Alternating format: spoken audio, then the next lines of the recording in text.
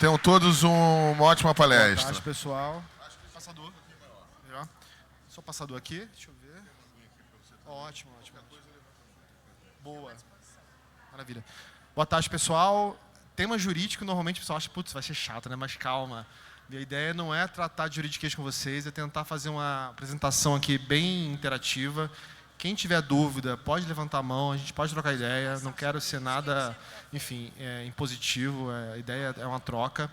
Para entender um pouco o perfil de vocês, quem aqui tem um negócio na área canábica? Só para entender. Boa, boa. Tem um advogado? Boa, uma advogada, prazer, tudo bem? Quem quer empreender na área? E aí, para qualquer área, quem quer abrir um negócio? Legal. Boa, pessoal. Vamos lá, então. Sou Heitor Maia, que já apresentaram. Vou aqui para a apresentação para a gente ganhar tempo. Meu objetivo com vocês aqui é tentar trazer para vocês, despertar o que eu devo me preocupar sobre o aspecto jurídico quando eu penso em fazer um negócio, quando já tenho um negócio.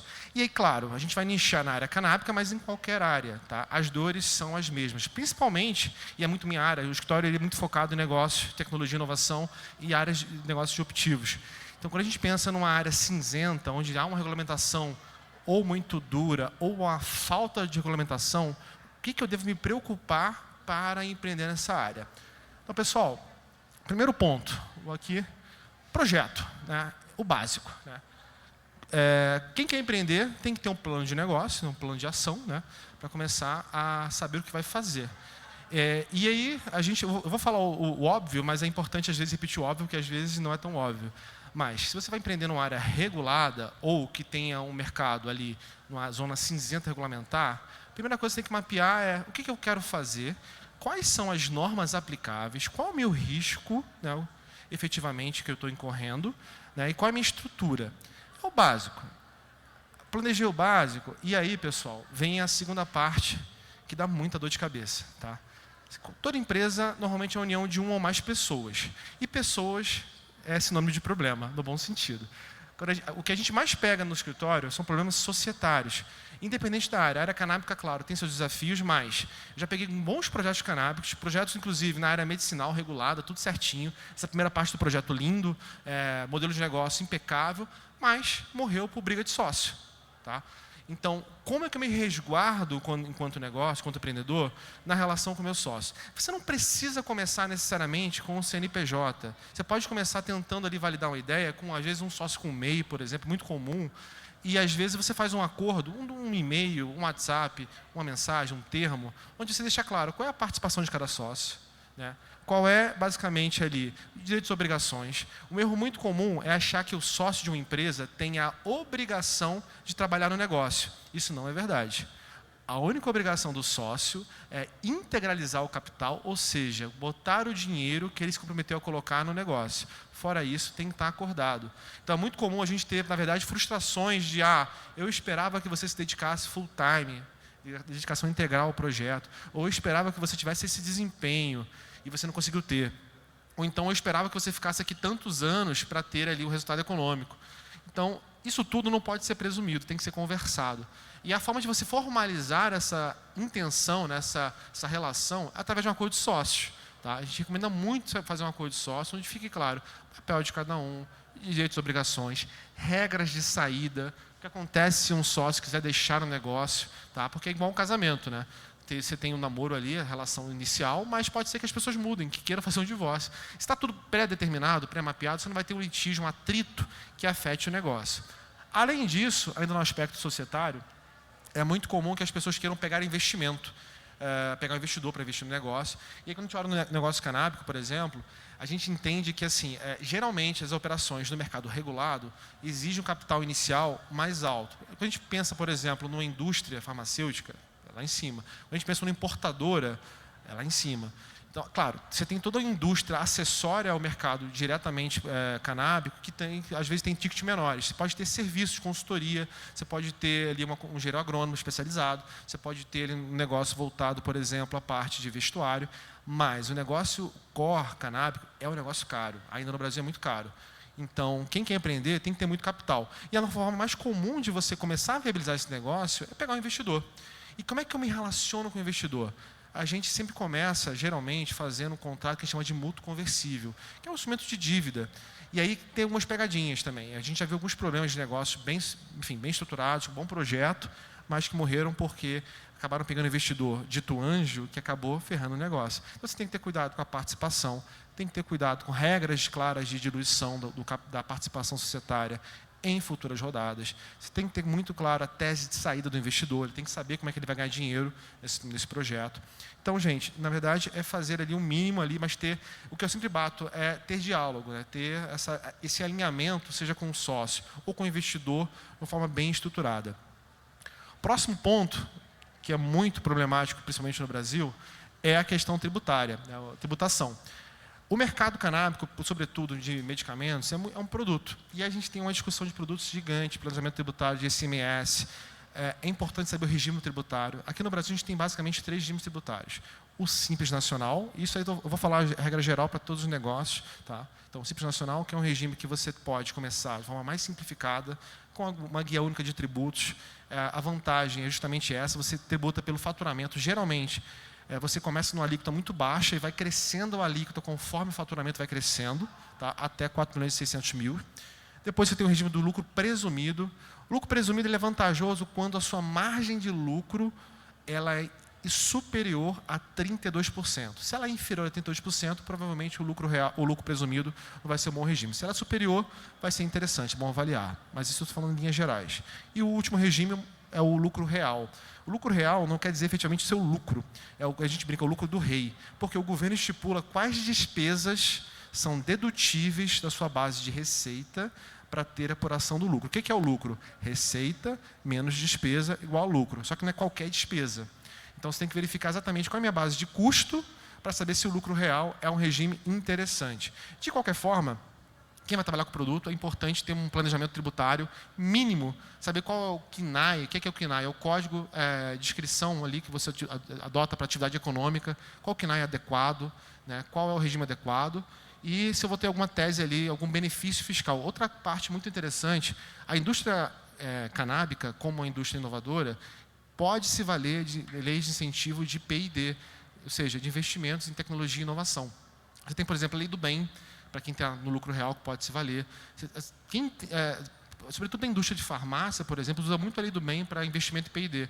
Então, tem algumas leis de incentivo que podem ser utilizadas. Outra vertente muito interessante é a parte de fomento. Existem vários editais, FAPERJ, eu sou do Rio de Janeiro, tem lá a FAPERJ, aqui em São Paulo tem a mesma coisa, que eventualmente podem ser aplicáveis a projetos, seja na área canábica ou em qualquer outra área empreendedora. Então, é importante também mapear se há fundo perdido, né, fundo disponível através de fomento. Pessoal, se alguém tiver alguma dúvida, pode me interromper, pode levantar a mão, quiser alguma dúvida, fica à vontade. Ali, ó, pode falar.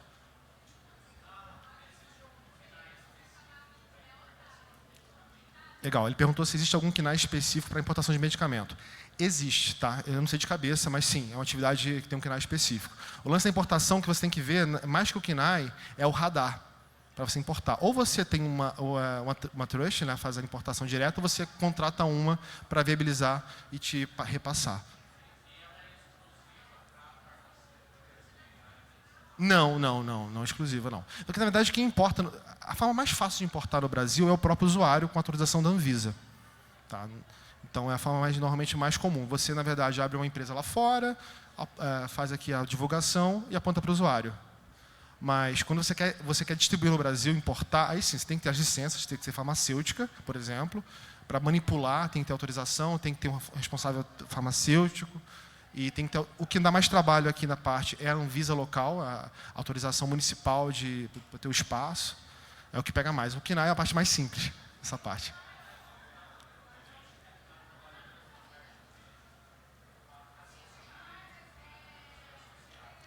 Associado.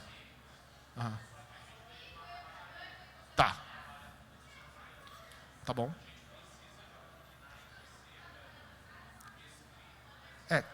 Como tabacaria, eu recomendaria você talvez abrir uma outra empresa para fazer essa atividade. São atividades muito distintas. Muito distintas. E regulação completamente... Risco diferente, regulação diferente. Então, talvez fique mais simples você adotar uma outra CNPJ. Tá bom? Beleza, boa. Boa pergunta, valeu.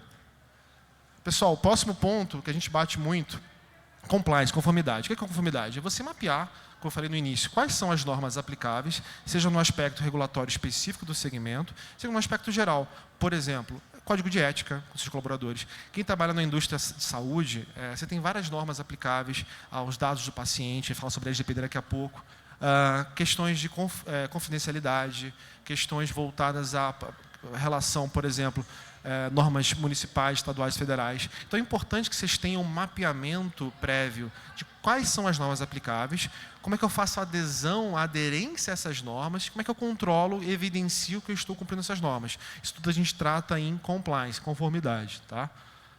Avançando aqui. Proteção de dados.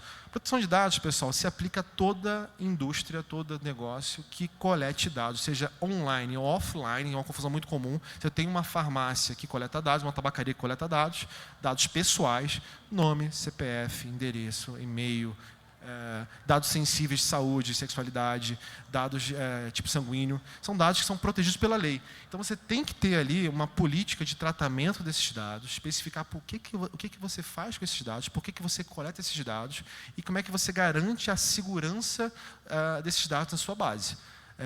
Quando a gente fala da área de saúde, e normalmente tem muita empresa no segmento canábico atuando no segmento de saúde, é uma questão muito sensível, realmente, tem que ter um ponto de cuidado. A gente teve alguns cases de vazamento, de questionamento, então é importante prever no seu negócio, desde a origem, essa questão da proteção de dados. Quando a gente tem um negócio online, por exemplo, marketplace, quando você vai operar meio de pagamento, cartão de crédito, é fundamental entender o que você está coletando, como é que você está garantindo a efetiva proteção desses dados. Tá? Outro ponto muito importante também é a proteção da propriedade intelectual. E o que é propriedade intelectual? A marca, né, o nome que você criou para o seu produto ou serviço, né, dependendo do produto, a patente, né, que você, dependendo da operação, você pode patentear esse produto, e a vantagem da patente é que você garante a exclusividade de exploração desse produto. Só que, claro, a patente é muito difícil, normalmente demora algum tempo para você conseguir, mas quando você consegue, é uma boa barreira de mercado. Existe o desenho industrial, por exemplo. Fiz um aplicativo, um site que tem lá um layout específico, que tem lá, ou fiz uma embalagem de produto que tem uma fonte diferente, que tem uma cor diferente. Isso pode ser protegido, esse conjunto pode ser protegido através do desenho industrial. É uma forma de proteção bem interessante. E, claro, o direito autoral. Tudo que você cria, tudo que sai de você, né, um texto, uma imagem, uma tradução, um redesenho, é protegido pela criação. Você não precisa registrar para fazer a proteção. Basta que você prove que criou primeiro. E aí, como é que eu provo que eu criei primeiro? Claro, existe o depósito na Biblioteca Nacional, por exemplo, que é um pouco custoso, mas você tem vários sites em tecnologia blockchain que você pode se valer para ter aquele meio de prova da data de criação. Quando que eu criei o produto, né, ou quando que eu criei essa produção, né, esse trabalho intelectual, né, para se alguém um dia fizer alguma coisa semelhante, parecida, conseguir falar, olha, você está copiando um trabalho meu que está protegido pelo direito autoral. Então, também é muito importante ter esse zelo, né, pelo que você está produzindo. É mais comum todo negócio proteger a marca, o nome, né, que é o mais comercial. Quem que tem registro de marca ativo no NPI? Uma pessoa. Olha, é importante. 2 pessoas. Cara, não é caro fazer registro de marca. Você vai gastar ali R$ 1.200 e é uma proteção de 10 anos. Então, é uma coisa que vale a pena ver, porque só com proteção, só com registro de marca, você consegue evitar que qualquer pessoa utilize uma marca semelhante à sua. Tá? E, claro, o pior que pode acontecer é você não fazer o registro de marca, investir em um branding, fazer um site legal, fazer um cartão, fazer uma embalagem legal e vir um terceiro e falar, você está usando uma coisa que é minha, que já existe, está copiando minha marca. Você pode ter que parar de utilizar e, pior, você pode ter que pagar uma indenização pela utilização indevida. Então, uma coisa que vale a pena olhar desde o início do planejamento do projeto, é a questão da proteção da marca. Avançando aqui, pessoal. Eu sempre faço aqui um checklist de conformidade, sobretudo sobre a ótica consumerista. É importante quem trabalha com produto e serviço lembrar que existe no Brasil o Código de Defesa do Consumidor, que também é aplicável no mercado canábico. Tá? Dependendo do que você está vendendo, a seda, etc. e tal, tem um consumidor aí do outro lado que ele tem direitos e também tem obrigações, mas é importante saber, por exemplo, quem vende online, que existe o direito de arrependimento, ou seja, qualquer produto que você compra online, você pode desistir em 7 dias. Claro que toda regra tem exceção. Aí você fala, mas eu comprei um show online, posso desistir? Não é bem assim. Se for uma coisa marcada, você não pode desistir. Um produto personificado. Comprei uma lente para o óculos, para o meu grau, não posso desistir? Não. Mas se eu comprei qualquer coisa online, um medicamento, etc. e tal, chego na minha casa, eu posso falar, não quero mais. Por favor, colete na minha casa, e eu não tenho mais interesse nesse produto. Então é importante mapear no seu negócio qual o seu risco consumerista. O que você tem que fazer de adequação nos seus contratos, no seu site, nos seus termos de uso, para se adequar ao Código de Defesa do Consumidor. E, sobretudo, o que a gente bate muito, geralmente, se você investir num bom saque, no atendimento ao consumidor, um atendimento mais proativo, você consegue realmente reduzir muito a quantidade de risco de ação judicial, que é o pior cenário para o empreendedor. Ter uma ação, um processo no JEC, porque você tem, às vezes, um processo, sei lá, no Mato Grosso, no São Paulo, em Minas Gerais, e você tem que estar se defendendo em todos os estados. E isso é custoso, você tem que estar lá, tem que mandar um preposto, tem que contratar advogado, enfim. Então, vale a pena tentar entender no seu negócio qual é o seu risco consumerista e como é que você consegue minimamente ali se resguardar, se proteger e investir um pouco no relacionamento. Vou avançar aqui. Documentação e contratualização, pessoal. É muito comum nesse segmento canábico, por exemplo, você ter contratos de distribuição, acordos de confidencialidade, parcerias comerciais. Mesmo que a parceria comercial não tenha um valor financeiro, às vezes você vai fazer uma parceria para testar ali a marca, testar um produto, é importante que esteja um termo declarando ali quais são o escopo daquela parceria, tempo de parceria, o que se espera, porque às vezes você vai fazer uma parceria, você investe algum recurso para fazer algum produto, você vai disponibilizar ali um estoque, e se o parceiro do outro lado, por exemplo, rompe essa parceria de forma inusitada, imprevista, você pode ter um prejuízo financeiro. Então, por mais que o contrato em si não tenha um valor atribuído, é importante tentar minimamente documentar, e aí, novamente, e-mail, WhatsApp, qualquer coisa escrita é válido como meio de prova, pode ser entendido como um contrato, desde que tenha ali claro o efetivo aceite. Os dois lados aceitaram, concordaram com os termos, aquilo é um contrato válido. Então, importante, por exemplo, e aí no segmento canábico, por exemplo, o contrato de distribuição é muito comum e é muito pesado, tem várias regras. Contrato de prestação de serviço, contrato de importação, quando você pensa na indústria. Então, você vai ter um parceiro lá fora, você tem que deixar muito claro quais são as regras, quem garante ali a qualidade do produto, e seja qualquer produto, quem responde se tiver algum problema. Então, é importante pensar no planejamento jurídico, nessa parte, toda a parte acabouço contratual. Avançando aqui. E aí, beleza, pensei em tudo isso, pensei recapitulando o aspecto societário, aspecto tributário, pensei ali na propriedade intelectual, proteger, pensei no aspecto da LGPD. Como é que eu começo o meu projeto, pessoal? Como é que eu implemento efetivamente uma operação e tendo um cuidado jurídico mínimo? É importante, primeiro, ter um bom mapeamento do que você está sujeito. A gente sempre fala que o mínimo que você tem que ter ali é um diretório onde você organize todos os seus documentos, os principais contratos, onde você tem ali tudo mapeado, à mão, fácil, todas as normas aplicáveis. Principalmente quando você tem a relação societária, é importante que você tenha formalizado o seu acordo com o sócio, esteja fácil, esteja à mão para você tirar alguma dúvida. Quem vai fazer captação de investimento, e aí, novamente, é uma indústria que demanda muito recurso, é muito comum um projeto canábico ter investidores. É importante que você tenha um data room, ou seja, uma pasta online que tenha todas as suas certidões, todos os seus alvarás de funcionamento, todos os documentos societários, marca registrada, tudo de fácil acesso, para que se alguém quiser auditar você, está lá à mão, está fácil de discutir e de resolver.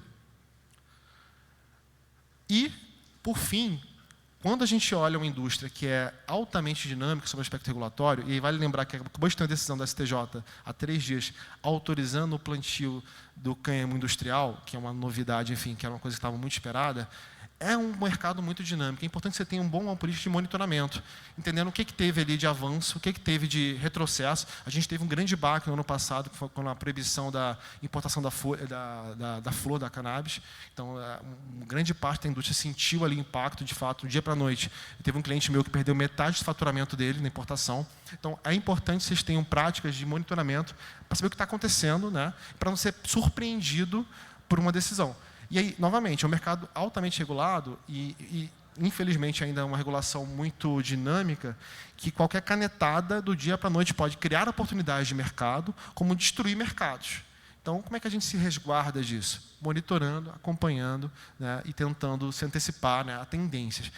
Na minha opinião, a gente está num momento de mercado que a indústria, ano passado, estava muito parada, agora reaqueceu, ainda mais com essa decisão com relação ao câmbio industrial. Pode ser que tenha, e na decisão, ela obriga a Anvisa a regulamentar esse mercado de plantio industrial nos próximos 6 meses. Então, vai ter um movimento, vai ter oportunidades bem interessantes. Uma outra área que se fala muito é a parte de cosméticos. Está para discutir na Anvisa há um tempo, a liberação ou não, mas eu acho que em breve, ainda mais com a tendência, deve ser um mercado que ressurja no Brasil de forma bem interessante. Então, quem está olhando para a área para começar a investir, eu olharia muito para a parte de cosméticos, a parte industrial de plantio, a parte têxtil, que com a autorização do cânhamo industrial vai ser reaquecido no Brasil. Então, há muita oportunidade, há muito mercado para se explorar, pessoal. Pessoal, é isso. Eu queria abrir para perguntas e dúvidas. Assim, o objetivo meu foi dar um overview dos principais aspectos que você precisa se preocupar no aspecto jurídico, mas estou à disposição para tirar dúvidas aqui. Pode falar. Claro. Blindagem patrimonial, legal. Legal. Cara, a gente sempre brinca que não existe uma blindagem absoluta. Você primeiro tem que saber por que você quer criar camadas. É uma questão sucessória, quero organizar meu patrimônio com meus sucessores. É uma questão de risco. Estou atuando numa atividade altamente regulada, com risco alto, quero ter pelo menos camadas de proteção. Então, se é isso, existem formas de você conseguir organizar o seu patrimônio, ter uma segregação de risco de atividades. Até falei com ele, por exemplo, tem uma tabacaria, vai fazer uma farmácia. Não, cara, separa as pessoas jurídicas, tenta botar riscos diferentes, em cestas diferentes, e criar, talvez, camadas de uma holding de proteção patrimonial, segregar do seu nome para ter essa blindagem. Isso. Perfeito. Mas que risco? Tem que também entender isso. É risco o quê? Trabalhista, regulatório, criminal? Uhum. Isso. Propriedade intelectual. Perfeito. Perfeito. Perfeito. Perfeito. É muito comum você criar dupla camada. Tem uma holding em cima que tenha todos os ativos de mau valor, inclusive ativos intelectuais, e embaixo a empresa operacional apenas vazia, apenas eu tocando a operação, justamente para ter essa segregação de risco. É bem comum, uma boa prática. Boa.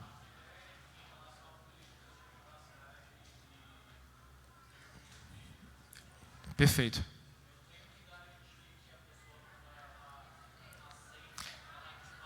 Excelente pergunta. Então, vamos lá, vamos para o passo. Você perguntou se, com relação ao período de privacidade, em termos de uso, você tem que garantir que o usuário efetivamente aceite que ele leu. Sim, pela lei, ele fala que tem que ter um aceite efetivo. Então, você tem que trazer ali formas de garantir que o usuário minimamente teve a oportunidade de ler, de ter conhecimento do conteúdo e autorizar. Então, sim. E aí você pode adotar a obrigar o usuário a descer toda a barra até o final para dar o aceite. Você pode trabalhar. A gente tem uma área no escritório que a gente chama de legal design. A gente pensa o texto, a forma, o meio, de uma forma integrada para garantir que o usuário efetivamente entenda o que está sendo tratado. A gente faz animação, a gente faz, enfim, trabalha na linguagem, justamente para trabalhar isso, para garantir que, quando for questionado, você garantiu efetivamente o efetivo aceite? Sim, eu dei tudo que era razoavelmente possível do meu negócio para dar transparência àquele aceite. Perfeito. Isso.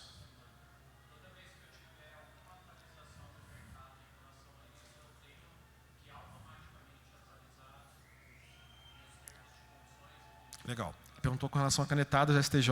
Sim, você tem que estar atento e ver o impacto no seu negócio. Eventualmente, você vai ter que fazer uma adequação do modelo de negócio, dos seus documentos. Porque, assim, a gente sempre bate isso, puxando a questão tributária, contratual, tudo tem que estar harmônico. Eu tenho que ter um KNAI que dialogue com a nota que eu emito, que dialogue com o contrato que eu emito para o meu cliente. Eu não posso falar que eu estou fazendo, por exemplo, intermediação de negócio, ter um termo falando que eu estou fazendo prestação de serviço e ter um outro documento falando que eu estou fazendo a distribuição. Tudo tem que estar harmonizado. Então, é importante, sim, estar tudo harmonizado e, às vezes, uma decisão nova impacta em um ou mais documentos que você tem adotado. Perfeito. Dúvida lá atrás também? Opa. Tudo bem? Boa tarde. Legal. Boa. O principal ponto é que na decisão ele obrigou a Anvisa a regulamentar. Então, na verdade, o que a gente precisa aguardar nesses 6 meses é o que vem da Anvisa. Entendeu? Porque a decisão ela vale para uma empresa, só que dentro da decisão fala, olha, isso aqui você tem que regulamentar pela Anvisa para a gente entende que é uma questão que é aplicada a todos.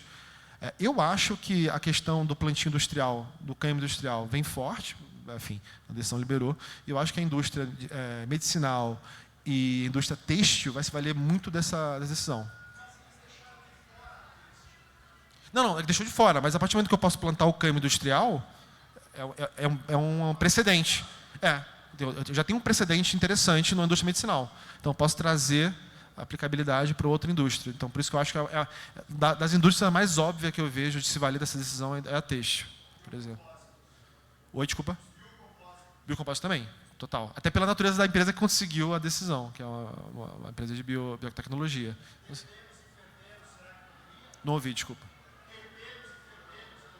Não sei dizer. Vamos ver o que vem da Anvisa. O grande lance é saber o que vem da Anvisa. Até onde a Anvisa vai regular. Então, eu acho que os próximos 6 meses vão ser bem interessantes para o mercado. Tem que estar atento. Mais uma pergunta, pessoal?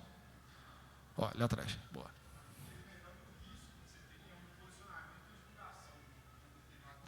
Cara, legal. Essa é uma pergunta muito boa. Por exemplo, o Instagram adora derrubar conta de produtos canábicos, né?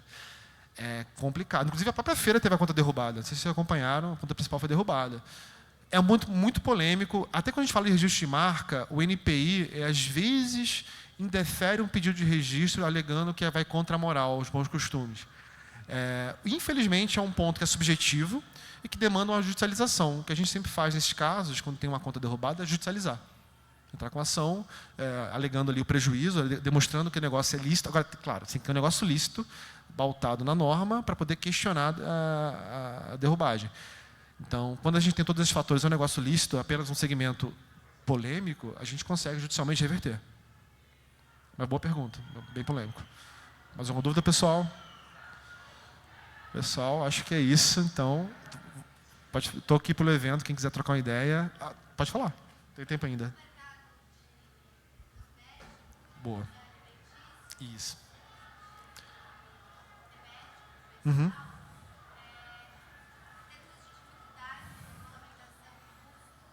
Boa. O mercado medicinal, fácil, não é fácil, é difícil, mas tem uma norma. O mercado de alimentos e cosméticos é proibido no Brasil. Então, esse é o grande ponto. Vem se discutir, o mercado de cosméticos vem se discutindo há um tempo, há 1, 2 anos, a possibilidade de liberação pela Anvisa. Toda vez fala, vai liberar, não vai liberar, mas há uma tendência muito forte de liberação. Há um lobby muito grande das empresas de cosméticos para liberação. A própria Avon, Natura, tem, enfim, lá fora produtos gigantes que tem todo o interesse. Alimentos eu acho bem difícil liberar. Acho que alimentos é ainda bem polêmico. Se fosse apostar, eu iria mais para cosméticos. Por enquanto. Em questão de alimento, tem diferença entre ser doce ou salgado ou não? Não, nenhuma. Não pode. Não pode nada. Infelizmente, ainda não pode. Boa. Galera, quem tiver a dúvida, vamos falar no microfone, que a sua dúvida pode ser de outra pessoa. Isso. E acaba que a gente não ouviu. Eu levo você até aí. Tem um lá atrás e aqui na frente. Pode começar aqui na frente. Cadê o da frente? Aqui, esse de branco. Aqui. Levanta a mão. Aqui. Tudo bem? Boa tarde. Boa tarde. Como que você sugere a aproximação de uma startup com uma empresa internacional por meio de um consultor, necessariamente por meio de um consultor de comércio? Desculpa, eu perdi o ponto. Como é que eu sugiro a participação de uma startup numa empresa internacional? Como que você sugere que a startup chegue no mercado internacional? Legal. Por meio da intermediação de um consultor, necessariamente consultor de mercado externo? Legal. Como você geralmente é essa aproximação? Primeiro ponto, dependendo do país que você está olhando, existem países que têm vários programas de fomento, de atração de startups. Eu começaria por aí. A gente tem, por exemplo, Portugal tem vários programas de atração, Canadá, Estados Unidos, Inglaterra, que apoiam novas iniciativas de fora que querem nacionalizar para o país. Então, seria uma boa porta de entrada. Segundo, o consulado brasileiro, também interessante, no local. Às vezes tem mapeado algumas iniciativas de apoio, a Apex também tem várias iniciativas de apoio que podem ser interessantes. Tirando isso, tentar mapear uma aceleradora que tenha projetos de internacionalização. Tem alguns que atuam no Brasil que fazem esse trabalho de entender seu produto aqui, mapear mercados lá fora que tenham sinergia com o teu produto. Então, vale também fazer um levantamento. Interessante. Tem uma dúvida lá atrás. Calma aí que eu vou levar aí. Segura aí. Boa.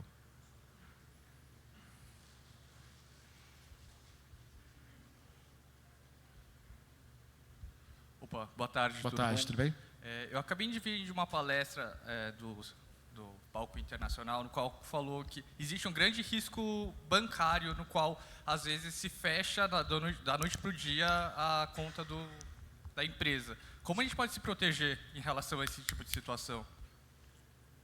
Cara, excelente pergunta. É o mesmo problema das redes sociais. Eu estou no mercado cripto, Web3 também, que a gente tinha a mesma dor. A questão é você ter muito embasamento que o seu negócio é legal.